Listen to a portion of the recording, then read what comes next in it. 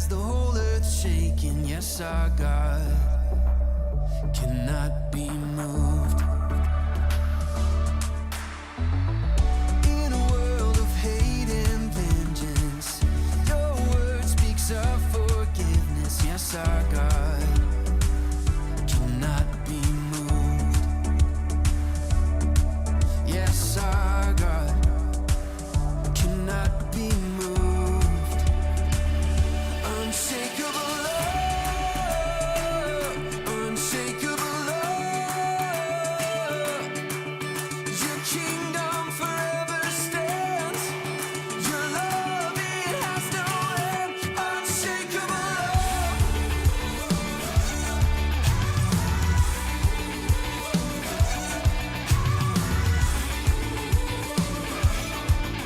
Your love, it has no end. You're the hope of our salvation. One breath and the dead awaken. Yes, our God cannot be moved. Full life is what you offer. It's not found in any other. Yes, our God cannot be moved. No. Unshakable.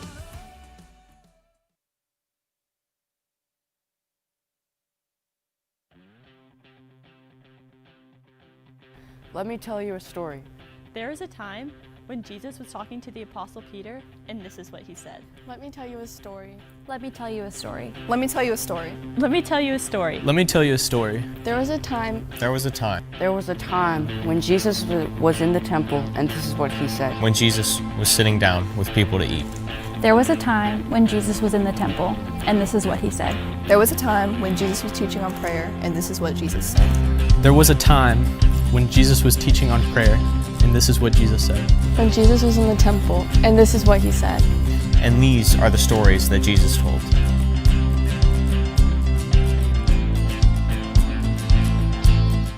Have you ever seen American Ninja Warrior?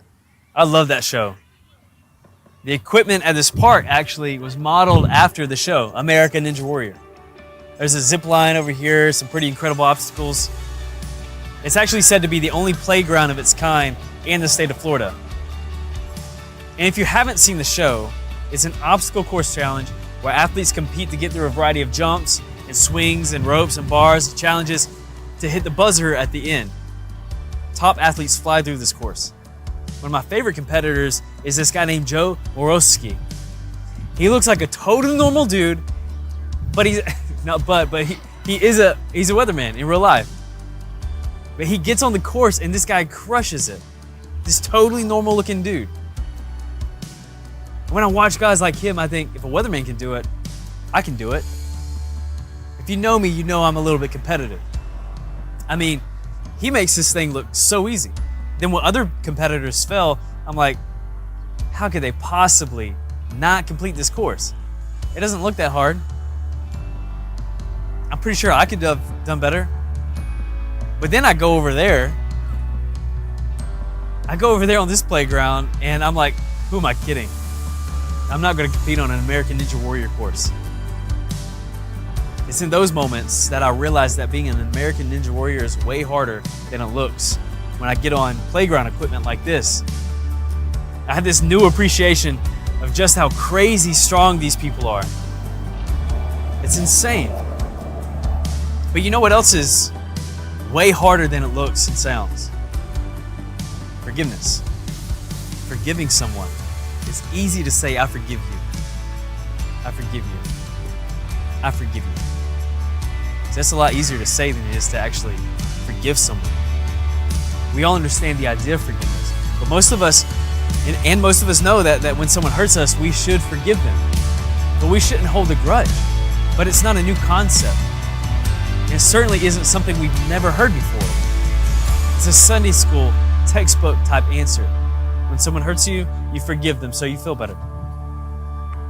Actually, forgiving someone in real life, it's basically like trying to be an American Ninja Warrior, because forgiveness is easy until you have to do it. It's easy until you have to do it. And Jesus understood this idea. He understood the idea of forgiveness, that we would struggle to do it. But the good news is he hasn't just asked us to do anything he wasn't willing to do himself. Jesus knew what it would be like to be hurt by people. He knew that forgiveness is easy to understand, but difficult to carry out. Jesus had to choose forgiveness just like us. Which brings me to another brilliant parable by Jesus. But first, here's some context leading up to the story. Listen to this. There was a time that Peter, one of Jesus' 12 disciples, who was particularly close to Jesus, asked him a question. Lord, how many times shall I forgive my brother or sister who sins against me? Up to 7 times? Peter asked, can I stop after 7 times? 7 times actually went above and beyond. So you can imagine Peter's surprise when Jesus responded by saying, not 7 times, but 77 times. Jesus didn't actually mean that we forgive someone literally 77 times. He had something much bigger in mind that he wanted to teach. And this is the story Jesus told. Therefore, the kingdom of heaven is like a king who wants to settle accounts with his servants. He begins the settlement, and a man who owed him 10,000 bags of gold was brought to him. This is like millions of dollars. He's not able to pay it. So the master orders that he and his wife and his children and all that they had be sold to pay the debt. But the guy falls on his knees saying, please forgive me. I'm good for it. I'll pay back everything. The king takes pity on this guy and he cancels the debt. He cancels millions of dollars worth of debt and he lets him go. That's the story Jesus tells. And just so we're clear, this isn't pocket change. Jesus is making an exaggerated point, just like he does in most of his parables. And the people listening to this story, they know that. And they're probably shocked. I mean, think about it. What if you owed someone $2 million? What if you owed someone $2,000? What if you owed somebody $20? You don't have the money to pay them back. But they need you to level up. They need you to pay.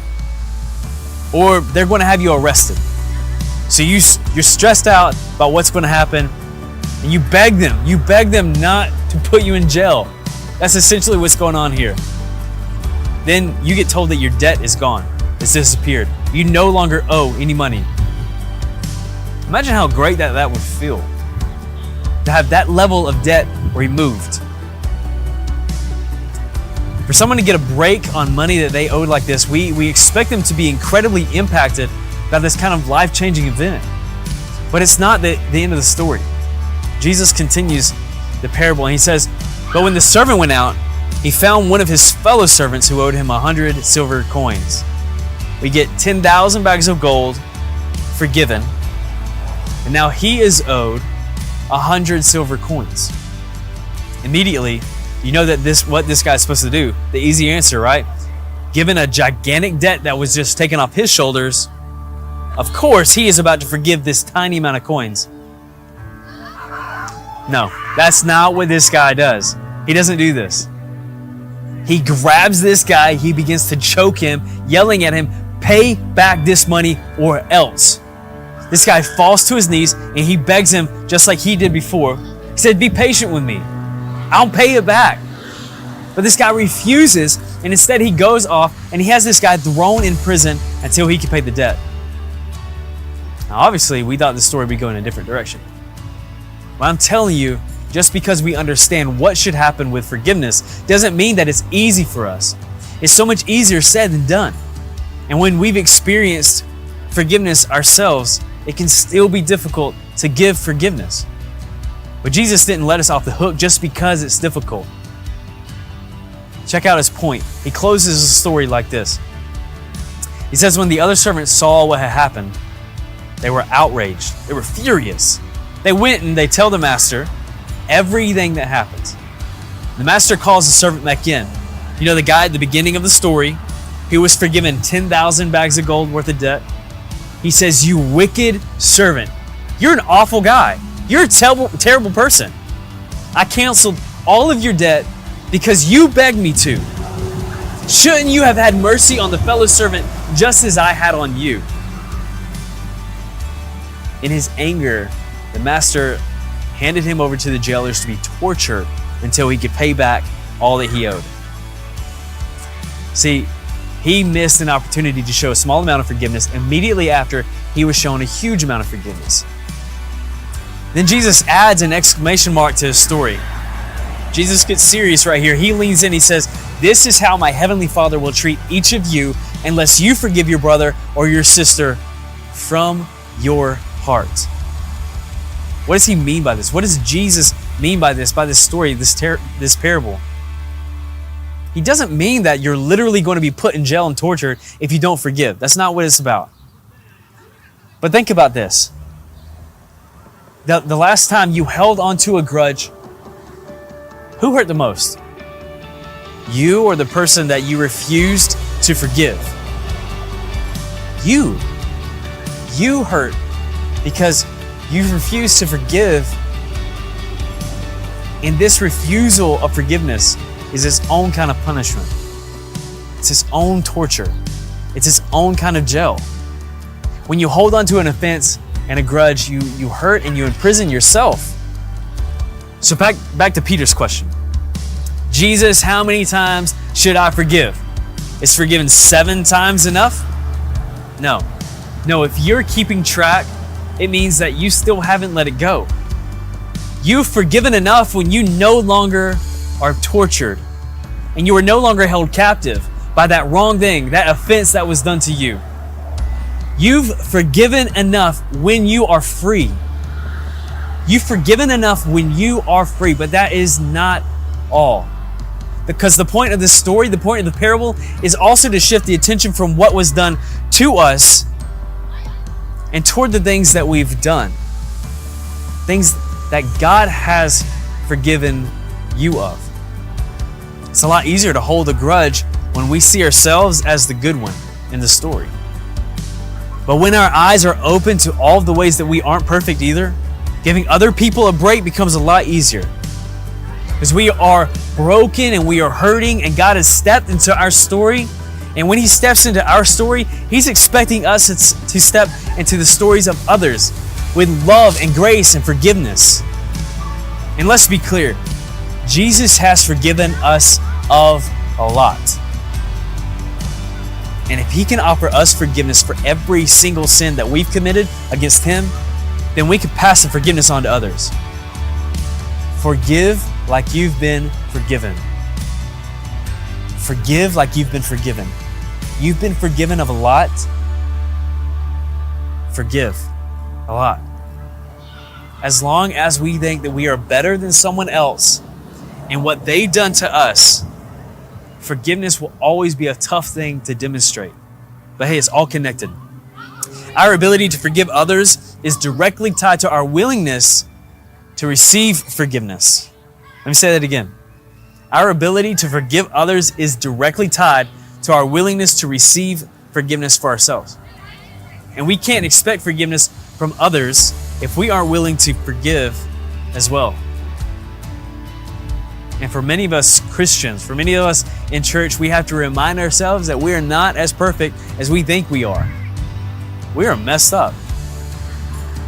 Your pride is an ugly obstacle to loving and forgiving others. Our judgmental attitude cuts others to the core.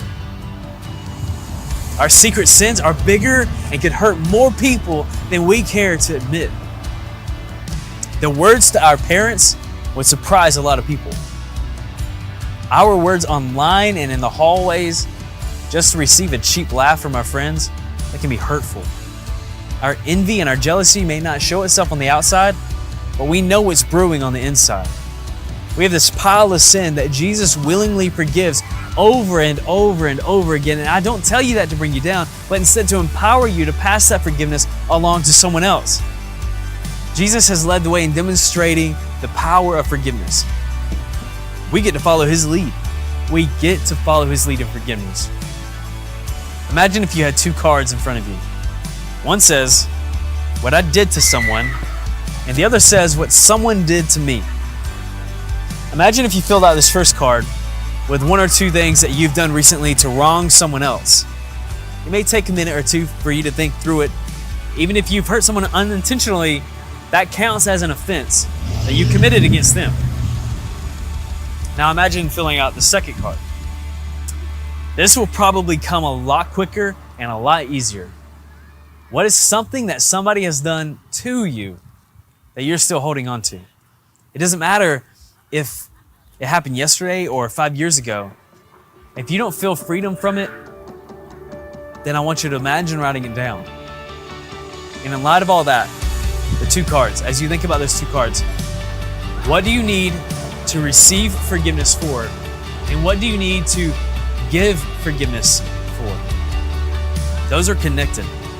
Because freedom is found when you can give forgiveness and when you can receive it. Freedom is found when you can give forgiveness and when you can receive it. And here's what you need to know. You have already been forgiven by God a lot. And now it's your turn to pass it along.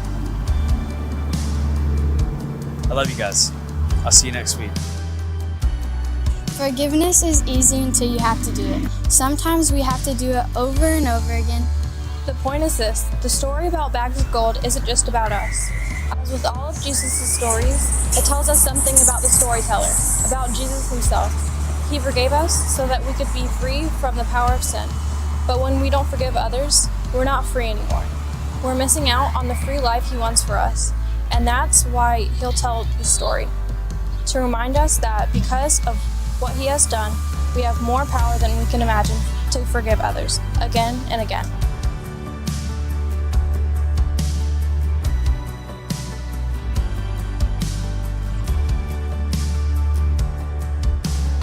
Great job. Big smile and then start. It's also, Big.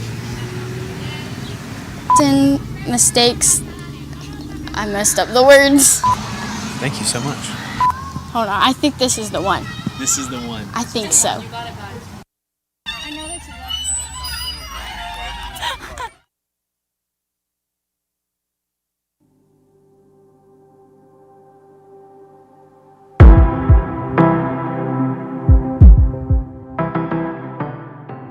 The climate of today's society is tense. We see injustice in many forms, and social media expedites how quickly that can travel. I know many of you have seen the protests and riots of entire cities standing up against social injustice and racism in the news and on social media. These times are a cry out for change, but some of you may not know how to help or how to feel about what's happening in the world today. You might be saying, how can I make a difference in something so much bigger than myself? This new series, entitled More Than a Hashtag, explores what it means to face injustice and find justice in the Bible that we can use to take into society to make a change. We can do more than just post on social media.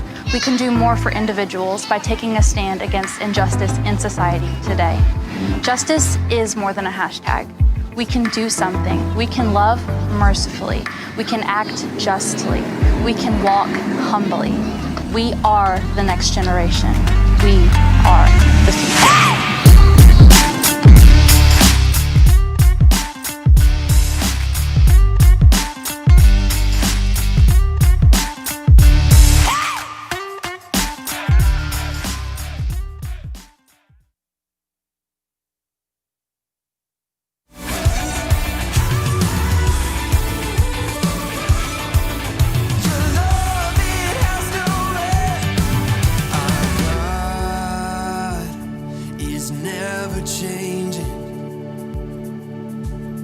When all the earth is fading, his love will be our light. And I can see that the day is dawning. And when all the earth is shaking, I'm right where I belong. And I can see